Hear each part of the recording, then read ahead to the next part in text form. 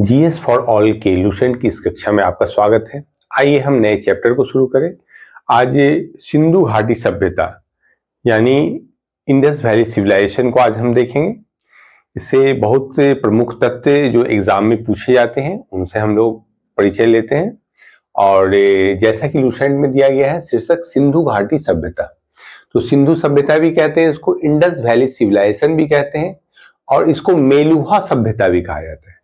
अब देखिए, एक दो टर्म जो आता है, जिसमें पहला टर्म है ये क्या कि दुनिया की सबसे प्राचीन सभ्यता कौन सी है।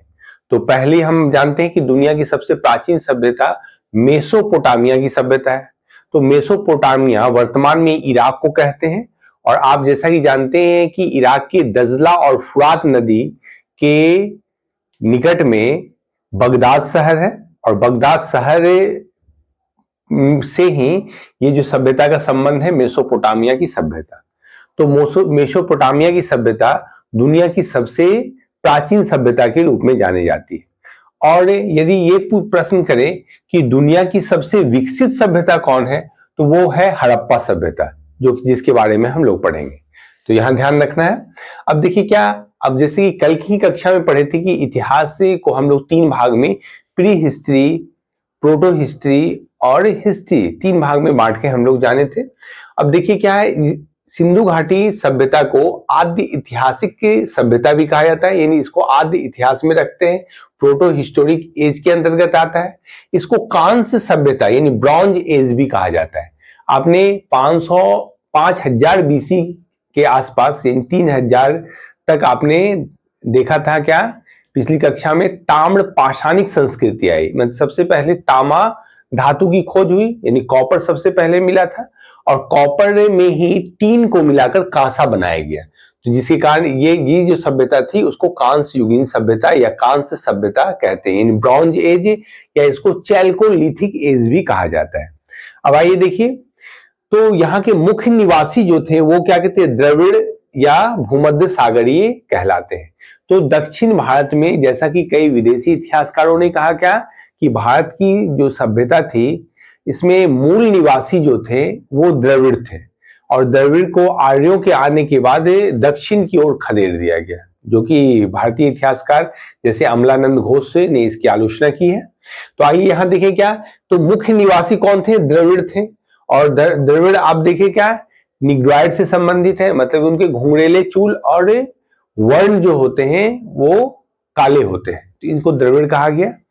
तो द्रविड़ या भूमध्य सागरीय लंबे सिर वाले, जैसे मेडिटेरेनियन जो है, वो यहाँ के मुख्य निवासी हैं। तो प्रश्न में अधिक यदि आए, द्रविड़ नहीं रहता है बल्कि सिंधु सभ्यता के अधिकतम निवासी जो थे वो कौन थे, तो भूमध्य सागरीय, आप सही लगाइएगा।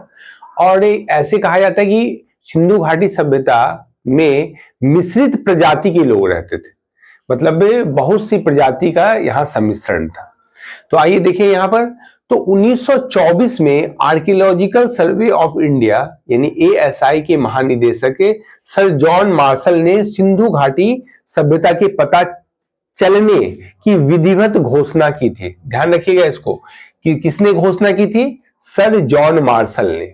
अब आप एक और तथ्य जानते हैं, जैसे पिछली कक्षा में बताया गया था, अलेक्जेंडर कनिंघम को भारतीय पुरातत्व सर्वेक्षण का अगर जन्मदाता या पितामह कहा जाता है। तो यहाँ पर देखिए 1861 में आर्कियोलॉजिकल सर्वे ऑफ इंडिया की स्थापना का श्रेय किसको जाता है, अलेक्जेंडर कनिंघम को। और यहाँ सबसे पहले खुदाई के बारे में, यानी सिंधु घाटी में, मतलब सिंधु घाटी या हड़प्पा के आसपास ऐसी भी कोई सभ्यता थी तो सबसे पहले खुदाई कराने का श्रेय किसको जाता है, तो जाता है अलेक्जेंडर कनिंघम को। ये प्रश्न जैसा रहे वैसे आप बनाइएगा इसको। और दूसरा यदि देखिए, घोषणा किसने किया था, सर जॉन मार्शल के द्वारा घोषणा किया गया था 1924 में।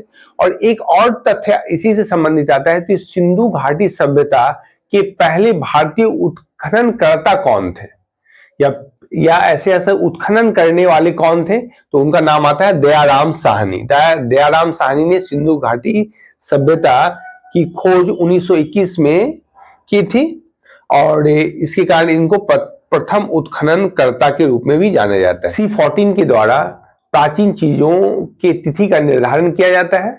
इसमें कहा जाता है कि किसी भी वस्तु में जो फॉसिल्स होते हैं खासकर उनमें कार्बन की मात्रा पाई जाती है और उनके मृत्यु के बाद कार्बन की मात्रा घटने लगती है, जिसके कारण उसके अर्ध आयु से हम यानी C14 की पद्धति से उसके अर्ध आयु की गणना की जाती है और कोई भी चीज जो है कितना पुराना है इससे हमें उसमें उपस्थित कार्बन की मात्रा को देख के पता चल जाता है। तो यही पद्धति C14 कहलाती है, जिसके आविष्कारक कौन थे? अमेरिकी रसायन शास्त्री V.A. लीवी थे। ध्यान रखिएगा, V.A. लीवी द्वारा 1946 में C14 पद्धति को बताया गया और इसी की सहायता से तमाम जीवाश्म खासकर प्राचीन अवशेषों को हम लोग जानते हैं और जिसमें कार्बन की मात्रा जितनी कम होगी वो वस्तु उतनी ही प्राचीन मानी जाती है। सिंधु सभ्यता को मेलुहा की सभ्यता भी कहा जाता है क्योंकि हमने देखा कि यूफ्रेटस और टिग्रिस नदी यानी दजला और फिरात नदी पर दुनिया की सबसे प्राचीन सभ्यता बसी हुई थी और यहीं के एक साइट से जो सिक्के मिले हैं उस पर मेलुहा शब्द सिंधुवासी के लिए इंगित किया गया है, इसलिए इसे मेलुहा की सभ्यता भी कहते हैं। अब देखिए यहाँ क्या है, सिंधु घाटी सभ्यता की सीमा या चौहद्दी क्या थी, यानी उसका उत्तर पश्चिम पूर्व दक्षिण आदि क्षेत्र में मतलब विस्तार कहाँ तक था उसको देखेंगे। तो पहले यदि हम जाने तो 13 लाख वर्ग किलोमीटर में, लगभग 13 लाख वर्ग किलोमीटर में फैली ये जो सभ्यता थी, इसका अगर देखा जाए तो उत्तर की ओर ये मांडा यानी जम्मू कश्मीर यानी अखनूर जिला पड़ता है, मांडा तक इसका विस्तार था और दक्षिण में देखा जाए तो दायमाबाद यानी महाराष्ट्र तक इसका विस्तार था, जिला अहमदनगर।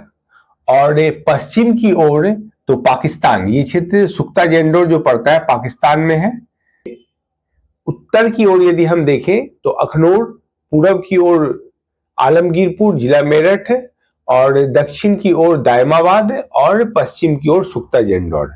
तो यदि इसकी चौहद्दी को देखिए, इससे प्रश्न बार बार बनते हैं। इसकी चौहद्दी मतलब उत्तर पूर्व पश्चिम और दक्षिण में कौन कौन से क्षेत्र तक यह फैला हुआ था, पहली बात। और दूसरा, यह जो शहर थी वो किस नदी पर अवस्थित है, तो ये दो चीज आपको ध्यान में रखना है। तो पहला देखिए, क्या सबसे उत्तर की ओर अगर देखा जाए तो वो क्या है, मांडा, तो जम्मू कश्मीर में है और डिस्ट्रिक्ट अखनूर डिस्ट्रिक्ट में पड़ता है। यदि पश्चिम की ओर विस्तार देखा जाए तो यह बलूचिस्तान प्रांत में जो कि पाकिस्तान में अवस्थित है वो है सुख्ता जेंडोर, सुख्ता गैंडोर भी कहीं लिखा हुआ है। अगर पूरब की ओर देखा जाए तो ये मेरठ जिला यूपी में है, ये आप देख सकते हैं कि कौन है, आलमगीरपुर। और ये दक्षिण में देखा जाए तो दायमाबाद है और यह जिला अहमदनगर महाराष्ट्र तक विस्तारित है। आगे देखते हैं क्या कि सैंधव सभ्यता एक नगरीय सभ्यता थी, जैसा कि हम आगे पढ़ेंगे। वैदिक सभ्यता एक ग्रामीण सभ्यता थी। तो ग्रामीण सभ्यता सभ्य की सभ्यता और नगरीय सभ्यता असभ्य की सभ्यता, तो ये है, आप टर्म ध्यान में रखिए। सैंधव सभ्यता एक नगरीय सभ्यता थी। इसके परिपक्व अवस्था वाले 6 ही नगर बड़े नगर की श्रेणी में आते हैं। तो सैंधव सभ्यता में 6 नगर बड़े नगर के रूप में जाने जाते थे। कहा जा सकता है कि ये मेट्रोपोलिस सिटी थे, जैसे आज दिल्ली, मुंबई या मद्रास से कोलकाता को देखा जाता है ना मेट्रोपोलिस के रूप में। तो इसी प्रकार मोहनजोदड़ो, हड़प्पा, गनवाड़ीवाला, राखीगढ़ी, धौलावीरा और कालीबंगा, जो ये 6 नगर हैं, ये हड़प्पा सभ्यता में इसको माने जाएंगे कैसे नगर, बड़े नगर यानी मेट्रोपोलिस माने जाएंगे। अब देखिए यहां देखा जाए, अगर भारत के नक्शे पर इसको याद करने की कोशिश की जाए तो कौन सा क्षेत्र कहां अवस्थित है, इससे भी प्रश्न आते हैं। तो आप गौर कीजिए, सबसे पहले तो हम 3 को देखेंगे। ये 3 जो क्षेत्र है, मोहनजोदड़ो, हड़प्पा और गनवाड़ी वाला, ये फिलहाल भारत में नहीं है बल्कि यह पाकिस्तान में अवस्थित है। तो पाकिस्तान में अवस्थित है तो इससे प्रश्न बनते हैं। तो सबसे ज्यादा प्रश्न मोहनजोदड़ो और हड़प्पा से आता है। तो हड़प्पा पहला साइट है और अगर गनवाड़ी वाला को देखा जाए तो यह पश्चिमी पंजाब यानी पाकिस्तान में ही अवस्थित है। अब यहाँ पे देखिए अगला हम देखें कि राखीगढ़ी, धौलावीरा और कालीबंगा। तो राखीगढ़ी जो है हरियाणा के हिसार जिला में पड़ता है। दूसरा देखिए धौलावीरा है, ये गुजरात के कच्छ जिला में पड़ता है। और एक स्थल है कालीबंगा जो कि राजस्थान में स्थित है। तो राजस्थान में यह हनुमान नगर या फिर आप कह सकते हैं श्री गंगानगर जो जिला है वर्तमान में, वहां यह अवस्थित है। कहा जाता है कि एकदम ठीक है भारत पाकिस्तान के बॉर्डर पर ही अवस्थित है। मांडा जो है अखनूर डिस्ट्रिक्ट में है, वो चिनाब नदी। और दक्षिण की ओर दायमाबाद है, वो है आप गोदावरी नदी। और पूरब की ओर आलमगीरपुर है, वो है कहाँ, हिंडन नदी। और पश्चिम में आप देखिए बलूचिस्तान को, वो दास्क नदी पर। ये भारत में पड़ने वाला जो है कालीबंगा, ये राजस्थान में है, ये घग्गर नदी पर अवस्थित है। और धौलावीरा जो है ये लूनी नदी पर है। लूनी और जोजरी जो लाइन थी वह एक जमाने में वहां जनसंख्या घनत्व तो सबसे ज्यादा थी, लेकिन बाद में कहा जाता है कि वह क्षेत्र रेगिस्तान में बदल गई और वहां जनसंख्या पलायन कर गई। तो वहां देख सकते हैं धौलावीरा जो है वो लूनी नदी पर अवस्थित है, कालीबंगा घग्गर नदी पर। और हरियाणा के जो क्षेत्र में राखीगढ़ी आप देखें तो राखीगढ़ी जो हिसार जिला में है, यह दृशद्वती नदी पर अवस्थित है। कहा जाता है कि यह सरस्वती नदी का ही नया नाम देखा जाए तो दृशद्वती नदी है, दृशद्वती नदी है। देखिए इंडस वैली सिविलाइजेशन में फिलहाल अभी तक अगर भारत और पाकिस्तान को देखा जाए तो 1400 से अधिक के साइट का पता चला है, स्थलों का पता चला है। लेकिन हमारे एग्जाम में इन्हीं से प्रश्न ज्यादातर पूछे जाते हैं। और 1400 साइट में देखिए सबसे ज्यादा जो साइट था, अगर उत्खनन हुआ 1947 के पहले, तो वो पाकिस्तान में ही अवस्थित था। बाद में भारत सरकार ने ये निर्णय लिया उत्खनन विभाग ने, और फिर सिंधु घाटी सभ्यता को खोजा जाने लगा। मतलब 60 के बाद यह कार्यक्रम फिर पुनः चालू हो गया। तो देखा जाता है कि सर्वाधिक स्थल जो है सिंधु घाटी सभ्यता के, वो गुजरात में मिले। तो प्रश्न आ सकता है कि भारत में सर्वाधिक स्थल सिंधु घाटी सभ्यता के किस राज्य में मिला है, तो वो है गुजरात। धौलावीरा को यूनेस्को ने, धौलावीरा आपने देखा कि गुजरात के कच्छ जिले में अवस्थित है और यह लूनी नदी पर स्थित है। धौलावीरा को यूनेस्को द्वारा 2021 में विश्व विरासत घोषित किया गया है। क्या कि सबसे बड़ा हड़प्पा सभ्यता का सबसे बड़ा नगर मोहनजोदड़ो है। देखिएगा हड़प्पा सभ्यता का सबसे बड़ा नगर कौन है, मोहनजोदड़ो। और यदि यही देखा जाए तो भारत में सबसे बड़ा स्थल अगर खोजा जाए तो वो राखीगढ़ी है, जो कि हरियाणा के हिसार जिले में है। सिंधु घाटी सभ्यता में कुछ स्थलों के उत्खननकर्ता से संबंधित प्रश्न भी पूछे जाते हैं। जैसा कि आपने देखा 1921 में दयाराम साहनी के द्वारा हड़प्पा की स्थल की खुदाई कराई गई थी। तो हड़प्पा के उत्खननकर्ता के रूप में हमने जाना किनको, दयाराम साहनी को। फिर उसके बाद मोहनजोदड़ो के विषय में पूछता है तो वो राखल दास बनर्जी। तो आइए 6 बड़े नगर में जिसमें प्रमुख है उनका भी कुछ नाम जान ले। तो हरियाणा में जो राखीगढ़ी की खोज हुई थी और इसके उत्खननकर्ता सूरजभान को माना जाता है। इस तरह कालीबंगा जो कि राजस्थान में अवस्थित है और इसके उत्खननकर्ता देखा जाए तो कौन है, घोष, लाल और थापड़ के रूप में जानते हैं। तो ये बीके थापड़ है, ये बीबी लाल है और ये अमलानंद घोष है। और यहां देखा जाए गुजरात में जो कच्छ जिले में है और इसके उत्खननकर्ता सीपी जोशी को माना जाता है और रविंद्र सिंह बिष्ट, यानी जोशी और बिष्ट इनके उत्खनन करता थे। कि हमने जाना कि हड़प्पा की खोज 1921 में दयाराम साहनी के द्वारा की गई थी और इसी प्रकार मोहनजोदड़ो राखल दास बनर्जी के द्वारा उत्खनित किया गया था। और यहाँ आइए अब एक एक के ऐसे साइट को देखा जाए जो कि परीक्षा के दृष्टिकोण से महत्वपूर्ण है। तो हम लूसेंट में दिए हुए कुछ महत्वपूर्ण साइट पर चर्चा करेंगे जिससे बराबर प्रश्न बनते हैं। तो आइए पहला देखते हैं हड़प्पा। तो जैसा कि आप जानते हैं कि हड़प्पा की खोज 1921 में, यानी उत्खनन उसका 1921 में दयाराम साहनी के द्वारा किया गया था। और हड़प्पा जो है वो रावी नदी के तट पर स्थित है और यह वर्तमान में पाकिस्तान के पंजाब प्रांत के साहिवाल जिले में अवस्थित है। ठीक है, हड़प्पा देख लीजिए। दूसरा देखिए मोहनजोदड़ो, ये सिंधु नदी के दाई ओर माना जाता है। ये दाहिनी ओर सिंधु नदी के अवस्थित है मोहनजोदड़ो। और इसका अर्थ जानते हैं आप, मृतकों का टीला होता है। एक्चुअल देखिए लोथल का भी अर्थ होता है मृतकों का टीला, लेकिन ज्यादातर प्रश्न पूछे गए हैं मोहनजोदड़ो को ही मृतकों का टीला कहा जाता है, यानी माउंट ऑफ घोस्ट जिसको कहते हैं। और ये मोहनजोदड़ो की खोज जो है यानी उत्खनन इसका राखल दास से बनर्जी के द्वारा किया गया था। और यहाँ देखिए इससे संबंधित कुछ तथ्य हैं जो पूछे जाते हैं एग्जाम में। तो सिंधु घाटी सभ्यता का सबसे बड़ा नगर मोहनजोदड़ो है। और मोहनजोदड़ो हम जानते हैं सिंध प्रांत, अभी वर्तमान में पाकिस्तान के सिंध प्रांत के लड़काना जिला में अवस्थित है। देखिए इसका है क्या है, सिंधु घाटी सभ्यता का सबसे बड़ा नगर मोहनजोदड़ो है। और भारत में यदि पूछा जाए, क्योंकि आजादी के बाद देखा जाए तो राखीगढ़ी जो आई, राखीगढ़ी देखिए बानावली के बगल में ही राखीगढ़ी है। राखीगढ़ी जो कि हरियाणा के हिसार जिले में ही अवस्थित है और भारत का सबसे बड़ा सिंधु घाटी सभ्यता का ये साइट है। दूसरा देखिए मोहनजोदड़ो में ही यहाँ सबसे बड़ी जो इमारत है वो क्या है, स्नानागार है। यहाँ अन्नागार भी मिला है। और एक सील पर 3 मुख वाले देवता यानी पशुपति का यहाँ पर चित्रांकन देखने को मिलता है। यानी एक सील पर 3 मुख वाले एक देवता का चित्रांकन है और इसे संभवतः पशुपति कहा जाता है। पशुपति का अर्थ इसे कई इतिहासकारों ने इसे आद्य शिवा कहा है, यानी प्रोटो शिवा। मतलब ये शिवा नहीं है जो अभी वैदिक देवता के जो शिव हैं उसे ये अलग है, जिसको पाशुपत कहा गया है। और देखिए यहाँ सिंधु नदी चांदहुदरो में ये फैक्ट्री पाई जाती है, यानी मेटल बनाने के कारखाने यहाँ देखने को मिलता है।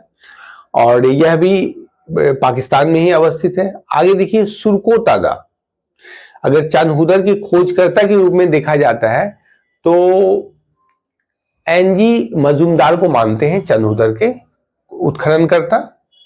अब आइए सुरकोतादा और धौलावीरा को देखा जाए तो यह कक्ष क्षेत्र में अवस्थित है। और धौलावीरा से प्रश्न आते हैं। धौलावीरा लूनी नदी पर अवस्थित है।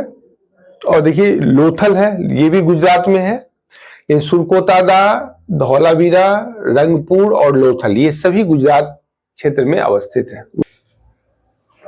लोथल खंबात की खाड़ी में स्थित है। अब यहाँ पर देखिए बनावली जो हिसार जिला में है वहां मिट्टी से बने हल का साक्ष्य मिला है, यानी टेराकोटा का हल मिला है, हल की प्रतिकृति मिली है। और कालीबंगा जो राजस्थान में है वो घग्गर नदी पर अवस्थित है। और यहाँ देख सकते हैं जूते हुए खेत प्लस नक्काशीदार ईंट का साक्ष्य मिला है। और देखिए आगे कि यहाँ देखिए लोथल और सुरकोतादा देख रहे हैं। लोथल ये क्षेत्र आप देख सकते हैं यहाँ है, ये है। और लोथल यहाँ है जो यहाँ खंबात की खाड़ी में अवस्थित है। 2 बार हो गया इसको। और देखिए लोथल और कालीबंगा से अग्निकुंड मिला है, यानी फायर यार्ड्स भी मिले हैं।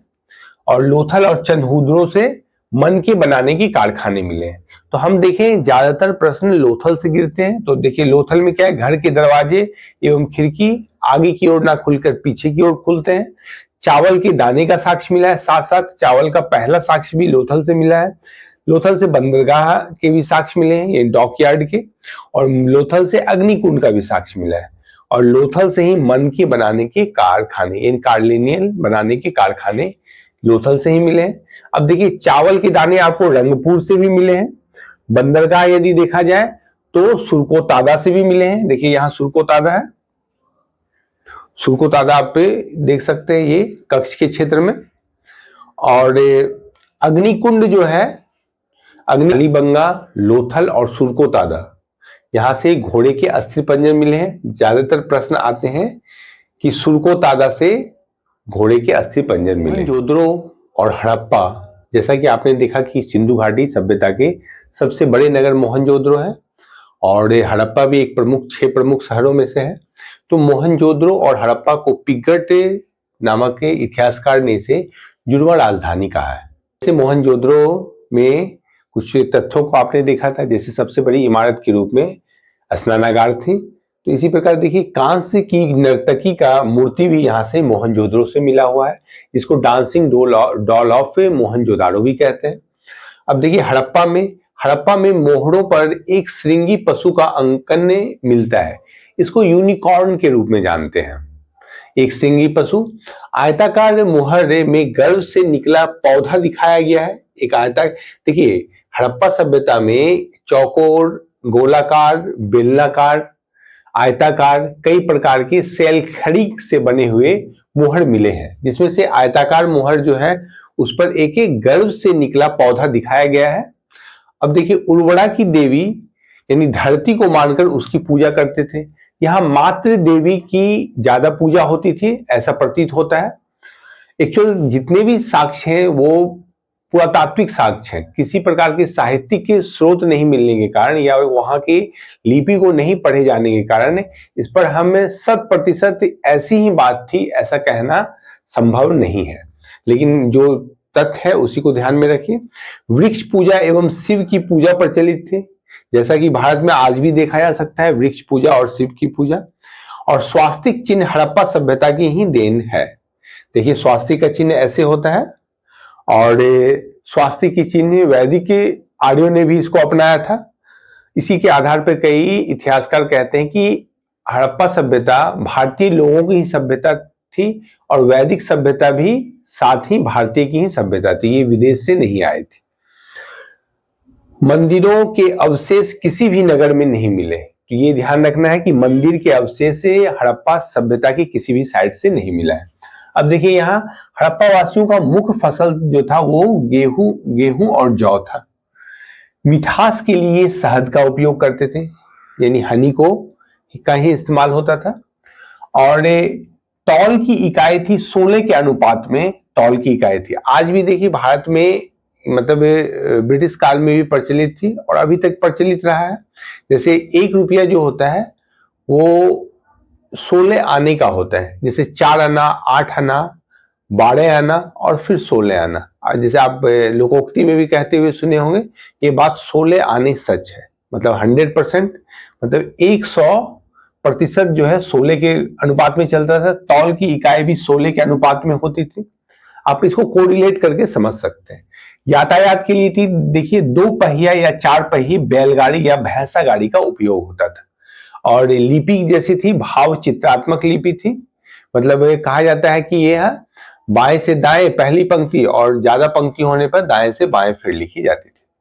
सुमेरियन सभ्यता ने सबसे पहले पहल किया था लेखन कला के विकास के लिए, समझ रहे? तो सुमेरियन सभ्यता में सबसे पहले लेखन कला का विकास हुआ था। सिंधु घाटी के लोग सड़कों नगरों के लिए ग्रिड पैटर्न को अपनाते थे, यानी सड़क देखिएगा तो वो हर एक सड़क समकोण पर एक दूसरे को काटती थी, यही ग्रिड पैटर्न है। और शासन की व्यवस्था वणिक वर्ग के हाथ में थी। जैसा कि जानते हैं इन लोगों का, इन सिंधु घाटी सभ्यता के लोगों का व्यापार पूरे विश्व स्तर पर फैला हुआ था और इसमें व्यावसायिक वर्ग की ही भूमिका थी। अतः कहा जा सकता है कि ये लोग वणिक वर्ग के हाथ से ही शासन प्रबंधन संचालित होते थे। कुछ फैक्ट्स को देखा जाए तो स्वास्थ्य के चिन्ह से सूर्योपासना का अनुमान लगाया जाता है। जैसा कि हम देखें जो वैदिक के काल में भी स्वास्तिक चिन्ह या वर्तमान में भी भारत में हिंदुओं के लिए एक पवित्र चिन्ह के रूप में स्वास्तिक चिन्ह का प्रयोग होता है, उसे हड़प्पा सभ्यता में देखा गया है। और स्वास्तिक चिन्ह से सूर्योपासना का अनुमान लगाया जाता है। मतलब स्वास्तिक चिन्ह जो है वेद के चरैवेति का द्योतक है, मतलब लगातार चलते रहने का। आइए देखिए पशुओं में कुबड़ वाला सांड ज्यादा पूजनीय था, यानी हम्प्ड बुल। ज्यादा मृड मूर्तियां मातृ देवी की मिली हुई है, जिसके कारण ऐसा अनुमान लगाया जाता है कि सैंधव वासी की जो समाज था वो मातृ सत्तात्मक समाज थे। जैसे अभी वैदिक सभ्यता की यदि आप पढ़िएगा तो पितृ सत्तात्मक समाज, और वर्तमान समाज भी पितृसत्तात्मक समाज है। सैंधववासी सूती एवं ऊनी वस्त्रों का प्रयोग करते थे। देखिए सूती वस्त्र जो है कपास का उत्पादन भारत में किया जाने लगा सबसे पहले, और सिंधुवासी ने ही कपास से की खोज की थी, जिसके कारण अगर मेसोपोटामिया या अन्य सभ्यता में देखा जाए तो वहां कपास को सिंडन करके बुलाया जाता था, सिंडन या हिंडन के नाम से बुलाया जाता था। और मनोरंजन के लिए देखिए मछली पकड़ना, शिकार करना, पशु पक्षियों को लड़ाना, चौपार और पासा खेलना आदि था। लाल मिट्टी के बर्तन पर काले रंग के डिजाइन इसकी पहचान विशेषता है। ये इंपॉर्टेंट प्रश्न है, यानी मतलब लाल मिट्टी के पके हुए बर्तन पर काले रंग का डिजाइन होता था, जिसको हम कहते थे कि ब्लैक पेंटेड रेड वेयर, यानी आग में पकी हुई मिट्टी को जैसे टेराकोटा कहा जाता है। और काली बंगा, काले रंग की चूड़ियां, इसका अर्थ होता है, जैसे आपने देखा मोहनजोदड़ो का अर्थ क्या होता है, मृतकों का टीला। इसी तरह काली बंगा का क्या अर्थ है, काले रंग की चूड़ियां जिसका निचला शहर भी किले से घिरा हुआ था। यानी कह सकते हैं कि कालीबंगा एकमात्र ऐसा शहर था जिसका निचला हिस्सा भी किले से घिरा हुआ था, यानी फोर्टिफिकेशन था, सिटेडल एरिया वहां भी देखने को मिलती थी। अब यदि आप देखिएगा सेंधावासी का समाज दो वर्गों में विभक्त था, एक निम्न वर्ग और दूसरा उच्च वर्ग। उच्च वर्ग ऊंचे टीले पर रहते थे, खासकर पश्चिमी टीले कहलाते थे, और जो श्रमिक वर्ग होते थे, जो कारीगर होते थे, वो निचले टीले पर रहते थे। तो कालीबंगा एकमात्र शहर था जहां पर क्या है, देख सकते हैं आप कि यहाँ ये जो शहर है वो उसमें निचले टीले का भी दुर्गीकरण किया गया था। और इससे पूर्व के काल में भी खेत जोतने और अग्नि पूजा का प्रमाण मिला है। मतलब कालीबंगा ही एक ऐसा साइट है जहां से हड़प्पा पूर्व के काल में भी खेत के जोतने और अग्नि पूजा यानी फायर यार्ड का प्रमाण मिला है। अच्छा, पर्दा प्रथा एवं वैश्यावृत्ति सैंधव काल में प्रचलित था, ये तथ्य जानिए। शवों को जलाने एवं दफनाने दोनों की प्रथा सिंधु घाटी वाले अपनाते थे। तो जिसमें देखिए एग्जाम्पल के रूप में मोहनजोदड़ो में शवों को जलाने का प्रमाण मिला है, जबकि दफनाने का हड़प्पा में मिला है। और युग्म समाधियां लोथल और कालीबंगा से प्राप्त हुई है, यानी दो व्यक्ति को एक साथ दफनाया जाता था, इसी को कहते हैं युग्म समाधियां। तो लोथल एवं कालीबंगा इसका एग्जाम्पल है। और संभवतः इस सभ्यता के नष्ट होने का सबसे प्रभावी कारण बाढ़ माना जाता है। ऐसे बोलते थे आग भी लग गया है या अन्य कारण बताए, भूस्खलन या वहां सूखा पड़ने के कारण उस क्षेत्र से आबादी वीरान हो गई, मतलब पलायन कर गई। तो लेकिन सबसे प्रभावी कारण बाढ़ माना जाता है, सेंधव सभ्यता के विनाश का। तो इसी के साथ आज का क्लास समाप्त होता है, कल फिर हम मिलते हैं। धन्यवाद।